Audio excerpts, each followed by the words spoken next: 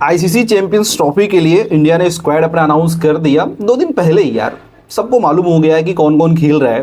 But एक question सबके जहन में रहा कि भारत ने इतना लेट अनाउंस क्यों किया, इतना लंबा इंतजार क्यों करवाया। Australia, New Zealand, south Africa, England जैसी बड़ी टीमों ने अपना स्क्वाड भैया 10-15 दिन पहले ही अनाउंस कर दिया, तो भारत इतना लेट क्यों किया? इसके पीछे की कहानी है, जानना चाहोगे आप? चलिए मैं बताता हूँ। देखिए, जिस दिन भारत अपनी टीम का ऐलान करने वाला था उस दिन देखो मीटिंग बड़ी लंबी चली थी। 12 से 2-3 के बीच में अनाउंसमेंट हो जाना चाहिए था, बट नहीं हुआ, बहुत लेट हुआ।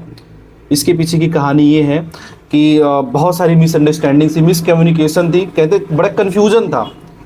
कोई कह रहा था कि इनको सेलेक्ट करो, कोई कह रहा था कि इनको सेलेक्ट करो। इसी वजह से स्क्वाड अनाउंस नहीं हो पा रहा था। जब फाइनली हुआ तो आपने देख ही लिया कि कौन कौन खेल रहा है। मैं इसकी चर्चा अब नहीं करूंगा कि वो कौन से 16 खिलाड़ी हैं, क्योंकि ऑलरेडी आप सभी लोगों ने उसको देख लिया है। हम चर्चा इस बात की करेंगे कि इतना देर से भारत ने अपना स्क्वाड अनाउंस क्यों किया।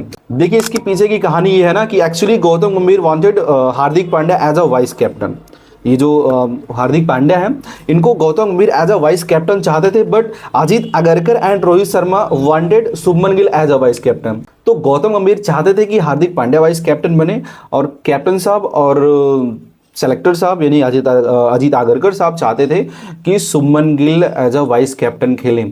तो इसी को लेकर के चर्चा चलती रही। फाइनली आपको मालूम ही है कि वाइस कैप्टन कौन बना। बट कोच यही चाहते थे कि यार vice captain Hardik Pandya, already वो भारत का प्रतिनिधित्व भी कर चुके हैं, कैप्टन रह चुके हैं, तो चाहते थे कि थोड़ा एक्सपीरियंस इनके पास है तो इनको वाइस कैप्टन बनाया जाए। बट रोहित शर्मा और अजीत आगरकर चाहते थे कि शुभमन गिल ही वाइस कैप्टन बने।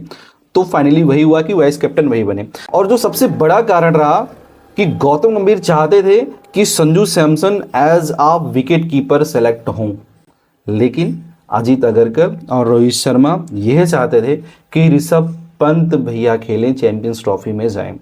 अब अगर मैं बात करूं ऋषभ पंत की, तो उनका प्रदर्शन बहुत अच्छा तो नहीं रहा यार। हाल फिलहाल में अगर ओडीआई देखा जाए तो कम ही खेले हैं वो, और उनकी परफॉर्मेंस भी अच्छी नहीं रही है। अगर बात की जाए संजू सैमसन की, तो संजू सैमसन अभी बहुत अच्छी फॉर्म में है। ओडीआई में भी उन्होंने सेंचुरी लगाई, और टी20 में बैक टू बैक उन्होंने सेंचुरी लगाई है, यानी एक ही सीरीज में 2 शतक लगाए हैं।